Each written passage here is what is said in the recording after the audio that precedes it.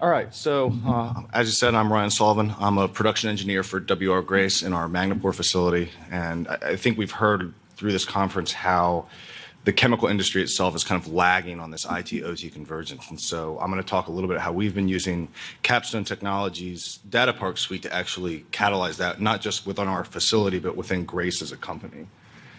Just a little bit about Grace. That's a nice little overview of what our facility looks like. Grace is a $2 billion technology leader in specialty chemicals, primarily focusing on refining technologies, specialty catalysts, and materials technologies. 80% of our business is in fluid cracking catalysts and hydroprocessing catalysts. And then my site in particular actually offers both the analytical and manufacturing services for Grace as a company. We are the largest Grace facility. We're located just across the bay in Curtis Bay, Maryland from Baltimore. We occupy about 1 million square feet as a facility, having multiple plants within that facility. And we do have about 600 people itself. The plant itself actually opened in 1909 as Davison Chemical Company, so you can get an idea of how our legacy systems are going to be pretty old. But I'm not here to talk about Grace. I'm here to talk about how we've been doing IT-OT convergence. And to understand where we are, I kind of have to understand where we started. We had a really robust OT system, but we didn't really have any way to analyze it. I found myself when I was first brought on, before we had Capstone, that it was easier to go through our HMI system than it was to actually use the software that we had. The software we had was simple, minimal manipulation, and that was about it. It wasn't very intuitive, so there was no buy-in from anyone. Only engineering was using it. No operators, no managers, and so you kind of limit your data if only one person's looking at it.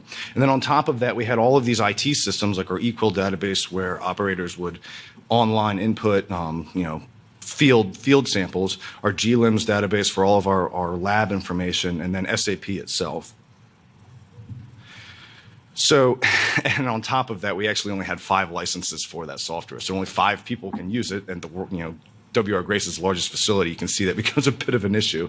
And what we found at the end of the day is when we looked at it, that we had our IT world and our OT world that were completely disconnected, and there was just no communication between them whatsoever. And that's obviously a problem. So when we brought in Capstone, there was a lot of things that we actually focused on. And this is a nice little snippet of what we looked at. Performance was obviously a big concern. We have real-time data that we need as a production facility, so it had to be fast and reliable. From a reliability standpoint, we actually had to be able to pull not just the instantaneous data, but we had to be able to look back over several years in case we had to do any troubleshooting.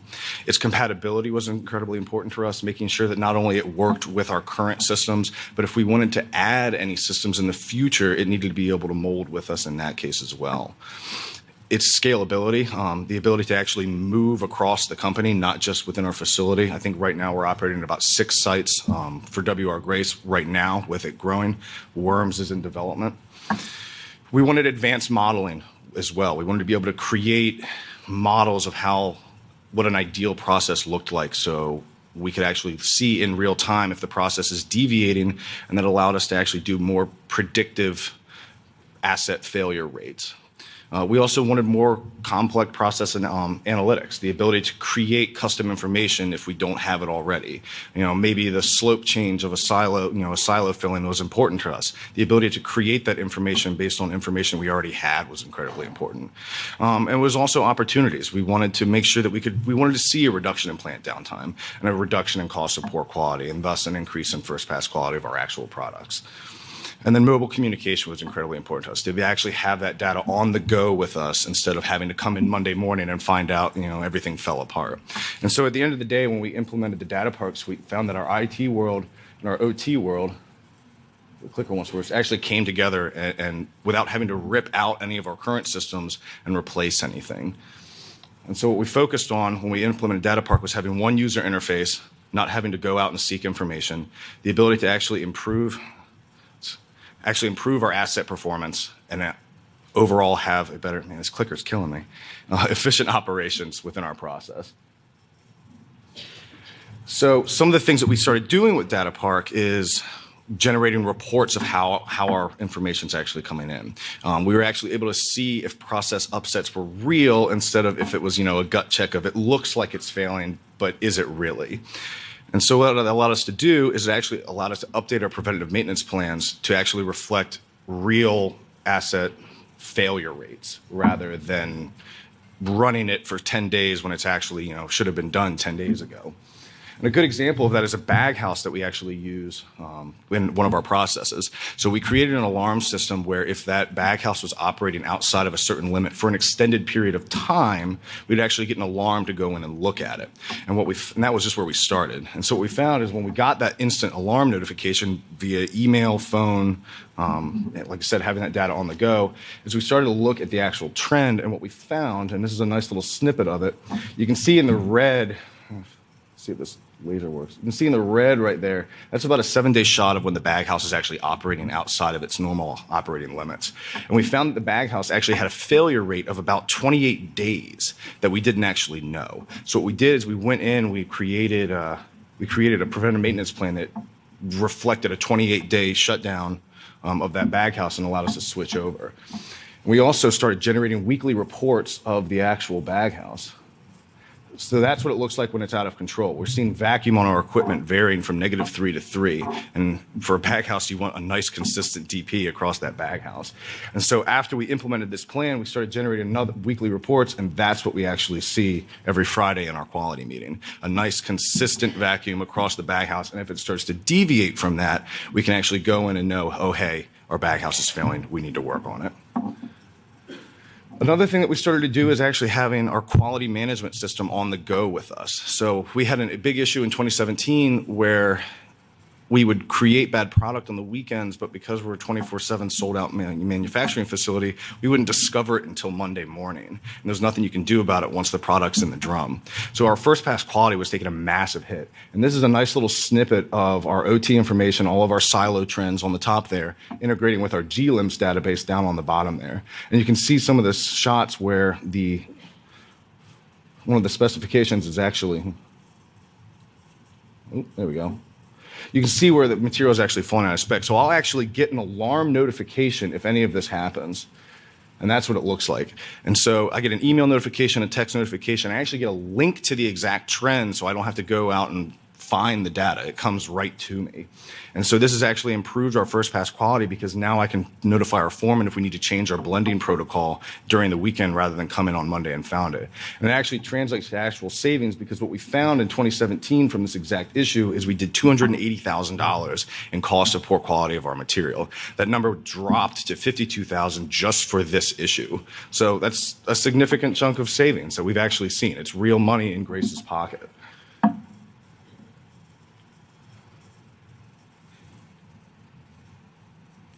Another thing that we wanted was a simple user interface, a dashboard that not just operations could use, but anywhere up to management as well. And this is a dashboard that we have in the control room for operators and our plant manager looks at every morning.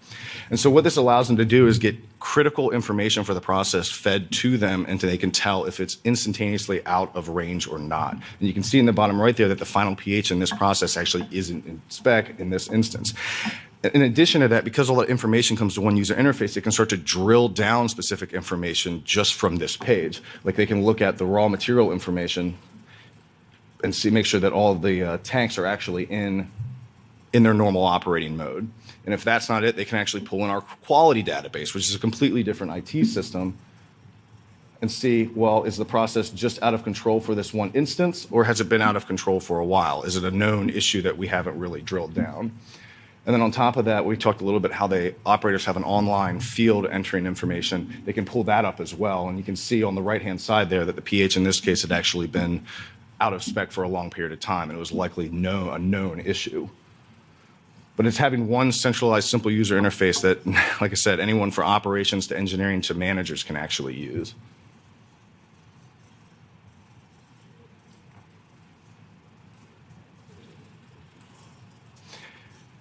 Yeah, so I have a little video for you guys, and a little concept on this video is, like I said, we wanted process modeling, the ability to create models of our process and see in real time if they deviate.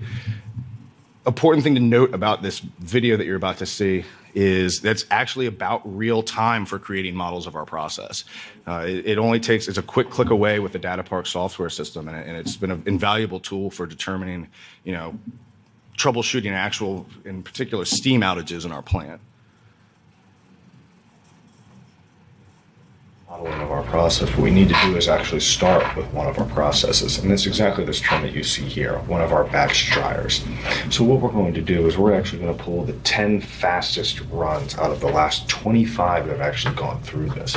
So what we do is we actually open up our run browser, we select the 10 fastest runs after filtering everything, which is what you see here, and we're going to load these into this trend. And what you're going to see is a nice overlay of the 10 fastest runs out of 25. And this is great to look at and compare how things run against each other, but like I said, we're looking for a statistical representation. So what we're going to do is we're actually then going to select the 10 here, right here, and open the actual PARC model software. And this is what we're going to generate, a nice modeling system. Now we can see here that we have an R-squared value of about 0.74. It's not the greatest, but for the sake of this trial, that's what we're going to go with. Now I have it set as the output to be the BPEX timer, which is what we're shooting for since we're aiming for the shortest, fastest runs. And from this PARC model, we'll actually generate the models of a DMOD X trend and a Hotel NT squared trend. Now in this case, it looks like the Hotel NT squared trend seems to be the best, with most of its value not hitting the upper limits according to the model. And so when we generate that trend, this is what we're going to get. The top one there is going to be the DMOD X. The middle one's going to be the Hotel NT squared, and then the bottom one's going to be a modeling system against the actual BPEX timer. So from here, we're actually going to open up a contribution plot. And because I said the Hotel NT squared seemed to look the best, that's what we're going to go with.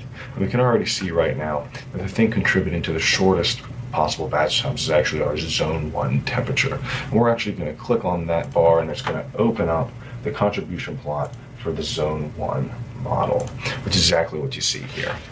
Now from here, what we can actually do is we can take the model that it generated and we can overlay it with the rest of the process. And what we do when we have that and we reintroduce this into our original trend is we get a nice comparison of how zone 1 is running versus how it should be running. And you can see there in the middle, you'll have red bars indicating that the process has started to deviate from its predicted ideal run. That allows us to go in and troubleshoot and actually assign reasons which we can use for downtime Pareto chart management later down the line. But yeah, so that's the modeling system they used. And in the case of those two red bars, it's actually because that process was running longer than what the model said it should be running. So we can already tell that something was wrong.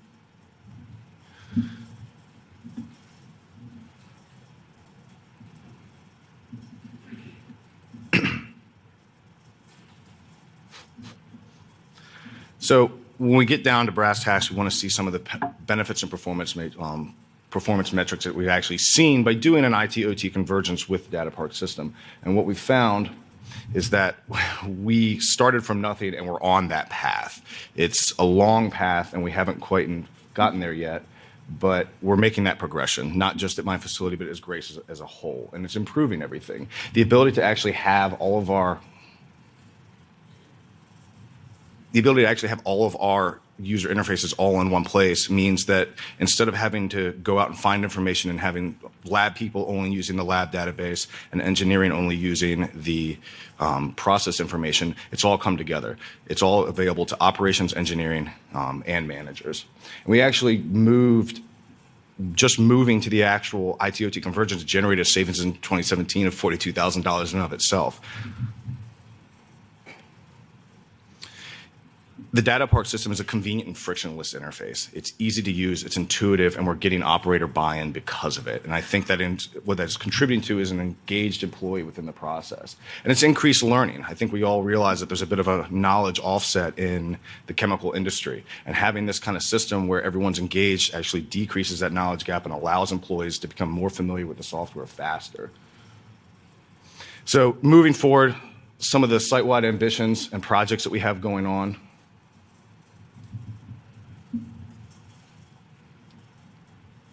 Wants to load. So some of the site-wide ambitions and projects we have going on, we're obviously always pushing for site-wide buy-in.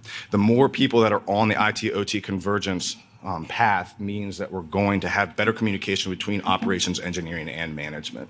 We're seeing an increased knowledge of the system. The more people that understand the IT-OT convergence path means that we're going to get there faster. We're getting early warnings and root cause analysis systems more fine-tuned to what's actually happening.